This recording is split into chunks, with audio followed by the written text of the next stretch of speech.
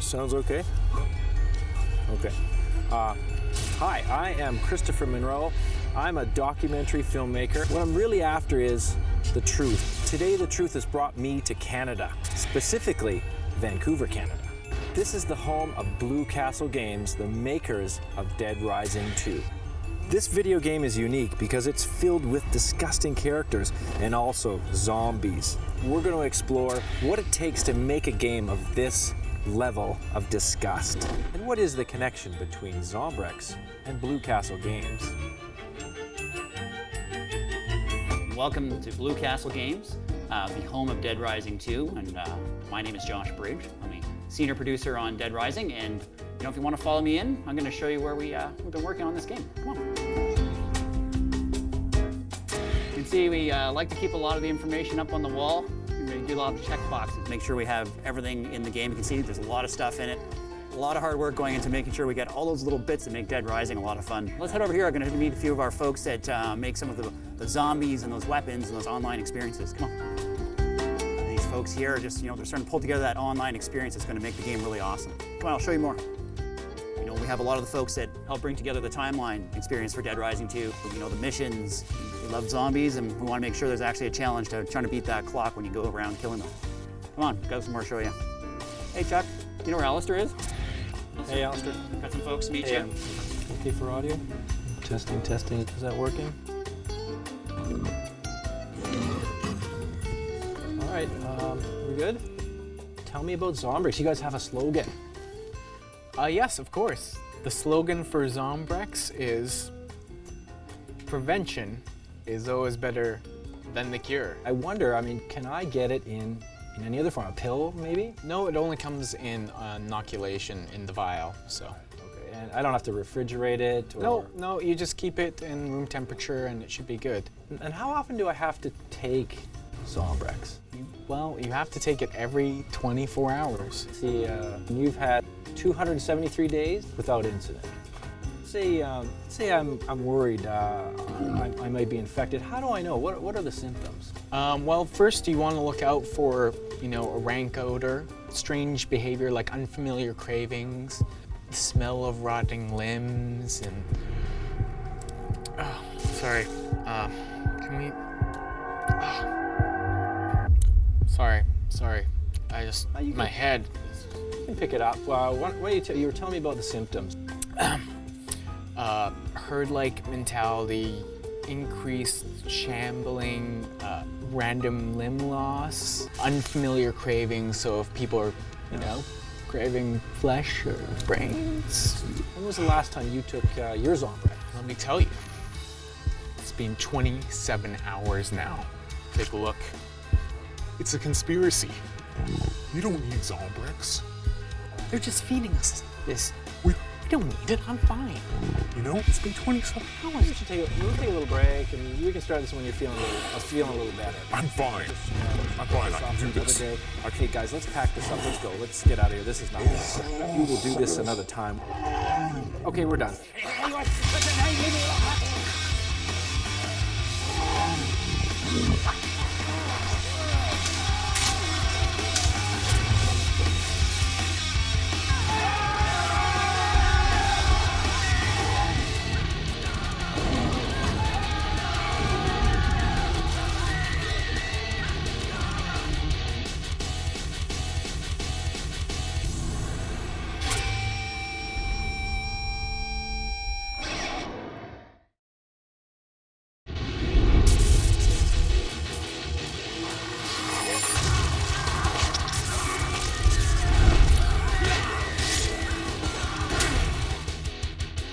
Dead Rising 2 occurs 5 years after Dead Rising 1. It is a continuation of the universe of Dead Rising. The outbreak that occurred at Willamette Mall in Dead Rising 1, that story is continued. The zombie virus is still in America. The problem of zombies is still in America. And Fortune City represents the largest outbreak since the events of the past. My name's Chuck. Our main hero is Chuck Green. He's an ex-motocross champ. He lost his wife in an outbreak, and he just has his daughter who's infected.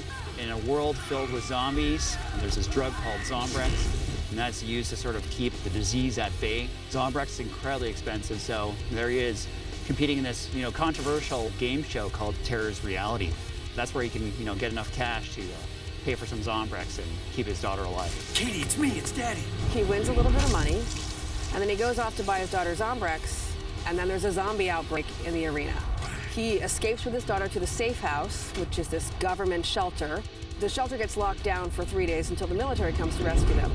Well, Chuck has to get out because he's got a daughter who needs this drug. Like, if she doesn't get it in a certain amount of time, she's going to be turning into a zombie. So he has to go out into the world and try and find some Zombrex. And when he gets back, they see a newscast that says that it wasn't an accident, the zombie outbreak, and he's the one who started it. Look, I don't know what the hell is going on here, but I'm being set up. 最初に基本ストーリーを、Basically, I started with creating the story on my end. And once I had a basic framework of what it should be, I passed it over to Blue Castle. They rewrote some of it, and they passed it back. And then we rewrote some of it and passed it back. It's a very reiterative process.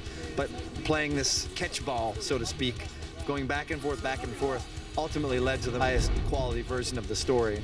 The story and the context are usually in contrast. The story is incredibly serious. It's really important for us that the character and the motivations are very serious, because that contrast is needed for a lot of things the players can bring into them and a lot of things they get from the world. So you can imagine this really serious context, and then they're in this world. It's ridiculous. It's like Vegas on steroids. And then the player they can mess with those cinematics too. They can come in there and they can wear whatever goofy outfits they want. And that adds to that one of the key pillars of Dead Rising is that dark humor. You're Chuck Green. Dead Rising is a game about America. It was made in Japan, developed in Japan, but it's about America. It's about American culture. You can see the kind of like love and satire and parody and strange respect for American culture. We're just upping that. It's a zombie game, but it's also this kind of like deep embedded satire of American culture. What makes it fun is playing it. We get a lot of folks playing our game a lot in the office. We don't spend a lot of time talking about how cool it's going to be. We're going to make it cool, and we're just going to hold ourselves to it. Having the whole team come together and collaborate, that's just incredible. Everyone's focused on one thing together, and they go off and do it, and they come back, and they're just super energized, and it's a lot of fun. God bless America. Let's go hunting, boys.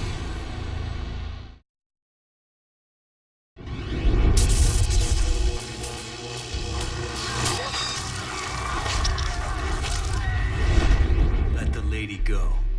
の魅力っていうのはやっぱゲームストーリーの中にも A large part of how attractive a character is comes from what he does in the story and the situation he's been thrust in. Inafune-san, the VP, is very, very character driven. Frank West is an amazing character. We all loved him. Ugly bruiser that he is, he did represent character, and you can't speak of Capcom without acknowledging what they've brought to characters in video games. They are very, very character driven. They wanted us to bring something a little bit more all-American to the franchise, but we didn't want to go with someone absolutely cheesy. We wanted to go with someone iconic, someone that you can recognize from a single screenshot. Chuck Green slowly evolved over time. Like with any character, there's a lot of, both when his visual looks and also his personality, there's a lot of trial and error. And there's about the casting and the animation and all those things work together to create this character. But he's basically an everyday guy caught in an insane situation that he doesn't know how to control it. He has to find out how to get out of it and how to control it. We have concept work we could package in a 100-page book for Chuck. What he started off as and how he's finally ended up. But we're very pleased with how iconic Chuck is. 被らない。フランクとはあまり被らない。 Chuck sort of fit the story and the personality of the game that we were going for. If Chuck was too similar to Frank West in his personality, then people would say, well, you should have just used Frank West in the first place. So we also needed to make sure that he had a personality that stood on his own and felt very unique in its own right. Fortune City was always intended to be a secondary character to all of our main characters in our plot line. We wanted something that you as a player could easily digest, but we also wanted something that as you explored the game and discovered more of the plot of the characters in there, you also discovered more about the different levels, flavors, and areas of the city. We did reuse a fair number of the assets from DR1, particularly with the zombies, so they move and feel very much like they did in the first one, which lends itself to, hey, this feels like Dead Rising. We've got a ton more zombies on the screen, so we had to have more variety just for the sake of not seeing repetitiveness. so it doesn't feel like one single zombie constantly doing the same thing. Oh no. When we went to Vegas and Reno, we weren't just capturing for the environment, but we did take the opportunity to photograph the consumers of Vegas. And then we created basically a mugs list, a wall, like a crime scene. And we did notice a lot of similarities in the kind of guys and girls that go to Vegas. So it's very easy to extract the visual language out of the typical Vegas consumer. They're not just human beings who have been turned into zombies. These are guys who are shopping, gambling, eating, going to shows and clubs when this thing happened. The zombies are always there, they're always in the way, but typically they're in the way while you're trying to progress to deal with human beings. And one of the staples of zombie movies has always been that the real enemy is other people. And you are? Ooh, you know me. I'm Slappy. We did a lot of concept on our psychopaths, and I think those are the characters that had most of the team gathering around the monitors, you know, laughing or pointing out issues with it. That's where we really had to express, this guy's gone absolutely crazy.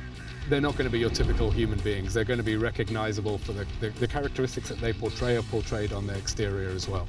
They're incarnate of gluttony or sexual appetite, or just sheer frustration is represented in their concept. And the character team did an amazing job of translating those into 3D. I'm Antoine! I am the king of cuisine!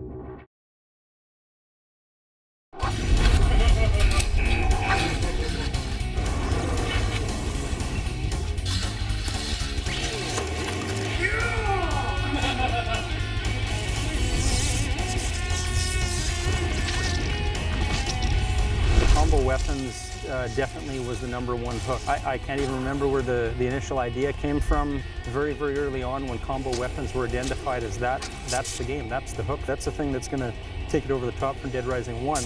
We tried to take some weapons that are like, okay, this is an iconic weapon, you know, like the sickle. Let's add something to it. And it just kept blossoming. And you know, Capcom was giving us great feedback saying, we love this stuff, keep going.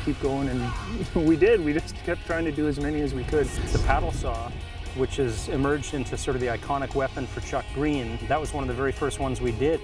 We had a paddle in the game, and we had chainsaws in the game. We're like, okay, paddle, chainsaw, and you're rolling up the river, right? You're taking out the zombies. As soon as it came together and the audio guys threw some audio on it and the zombies were getting sliced, that's when we knew that, okay, we've nailed it. We know exactly what's going to excite people about the game. We started going to hardware stores, we started going on the internet, we were going everywhere to try and find out, like, if we do this and this, would, you know, it doesn't necessarily have to work, but would it look like it would work visually? And that's where it went to. And with Chuck, his uniqueness is his ability to, you know, be a handyman. He's the guy who can sort of make things work. You know, it doesn't necessarily look like the most elegant, you know, invention. You know, it's got a lot of duct tape, you know, solving the problems. It's kind of cool to find an object in the world and start to think about what you could combine it with, and you take it to the bench, and when you come out of that combo room and you see some zombies, you're ready to cause some damage. Chuck can actually create more devastating weapons out of lesser, you know, household items. And don't try it at home.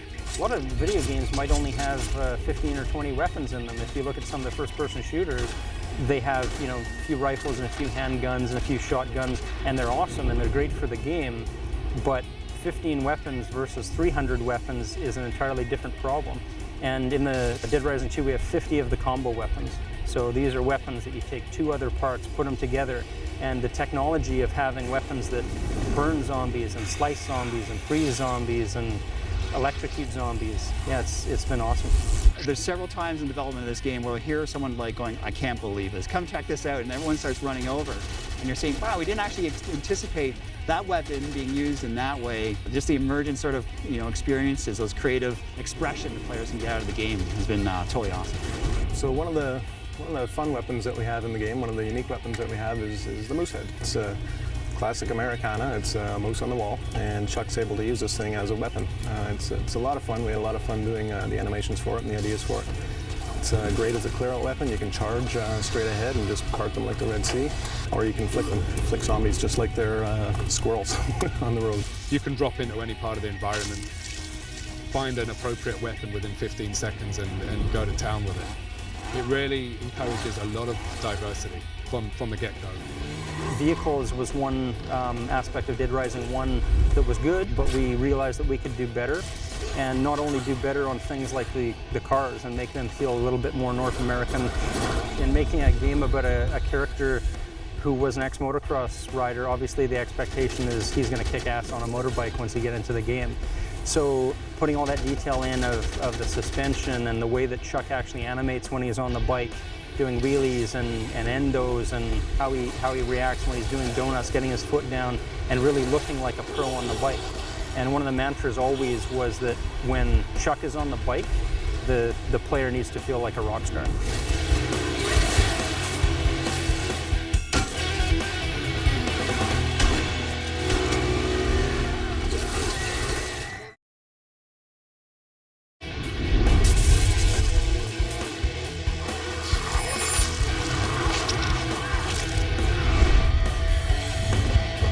Dead Rising 2 has been quite an exciting product to work on and quite challenging from a global standpoint because we've got development centered at Capcom Japan in Osaka, and they're working directly with Blue Castle Games, who's up in Vancouver. And at the same time, the marketing for Europe is being driven out of our London office. And then here in San Francisco, we're basically responsible for all the North American marketing. Well, it was quite easy for everything to come together because within Dead Rising there are a certain amount of pillars, we call them, that just obviously stand out as well. From a marketing point of view, this is the type of thing that we're going to build the campaign around. We've got a website called tapeitordie.com where we've got 4 fictitious characters who are supposedly in the game world blogging about events as they happen. And when we presented the idea to the R&D team, they were actually so excited about it that they modeled these characters in the game and hid them in a location so you as the player can actually go in and find them. With a game like Dead Rising 2, it really takes a lot of people from around the world. This is a real global game from every side. There's constant email, phone conversation, video conferences, every week in order to ensure a successful campaign. We'll come in and we're catching the guys in the UK at the end of their day. And we'll kind of, work on some things with them, and then all of a sudden, as we're winding down, the emails start coming in from Japan because it's the start of their day. So it's almost like the development of Dead Rising 2 and all the elements associated with the campaign are on a 24-hour clock. Working with all the different studios, this sort of worldwide global effort, it's kind of funny because it actually doesn't feel like anything culturally clashing. And I mean, everyone loves zombies, so everyone kind of comes forward like, what'd be really cool is we do this. I'm like, yeah, that totally makes sense. That's rad, that's zombies.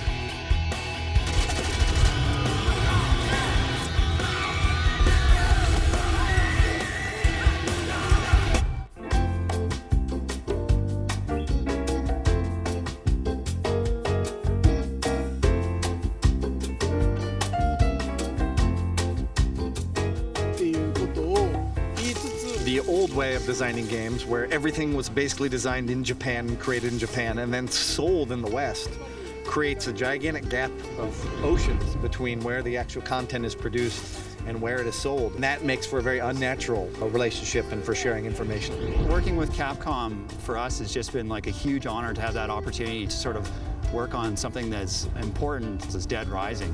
They're working with us for the first time. We're working with them for the first time. They've had experience already working with Western development, so they've been through the ringer on things like translation and culture differences and so on. We had to learn that from scratch at the beginning.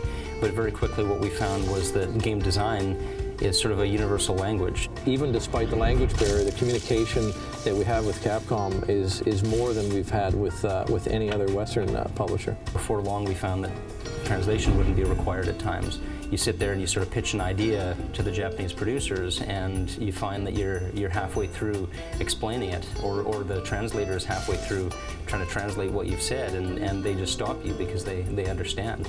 And when you see the smiles and you see the thumbs up, you know that you've kind of hit the nail on the head with them. With Capcom Japan and Blue Castle working together, we learn things every day, give back feedback, back and forth. It's been great. The result of building that trust relationship first and really building on personal relationships as well has really resulted in probably the best publisher relationship we've ever had. ブルーキャッスルと、The reason why we decided to go with Blue Castle was when we first met them, they just felt like they, first of all, understood the brand and basically what Capcom's thinking was, and they brought a large amount of respect to that brand and franchise as well. So we just knew right off the bat that they were the right fit for the job.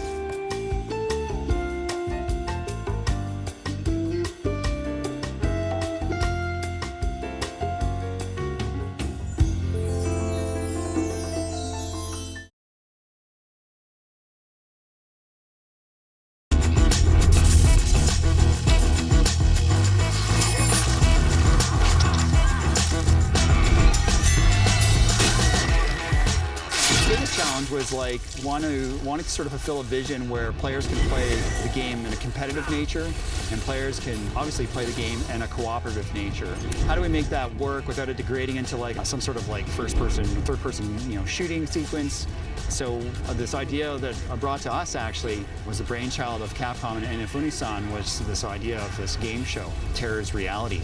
Inafune-san was the creator of Dead Rising 1, and he's got an incredible lineage in the industry all the way back to Mega Man. And Terror's Reality was his sort of attempt to take something like American Gladiators and Takeshi's Castle, which we know as MXC in North America, and take those and sort of meld them together and have this crazy, wacky game show with zombies in the middle of all of it. It's really overly advertised and overly announced and really cheesy, in fact. And it's actually quite funny, right? And that's an excellent contrast to those zombies that are spilling blood on this brightly pink, and yellow floor.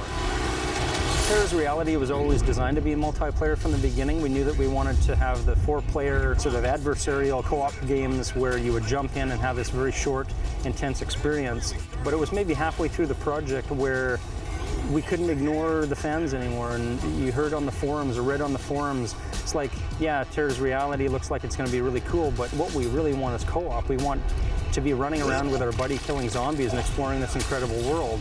We're working through trying to make sure that it's going to be really fun with multiple people in the environment doing whatever they want to do, right? If they want to use the wheelchair and then another guy lines them up with the baseball bat, we got to cover all of these different issues that weren't really thought about, but we're doing and having fun doing it. What happens to the game world now that you have two running in the game? Obviously every cooperative game faces that, but with something like Dead Rising and the amount of characters we have to deal with, it's been a huge challenge.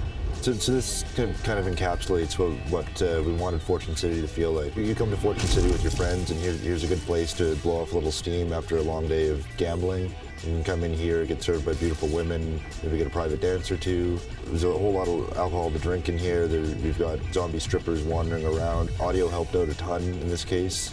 We've got pounding music and a strobe light going on in here. We wanted something that would feel lively and exciting.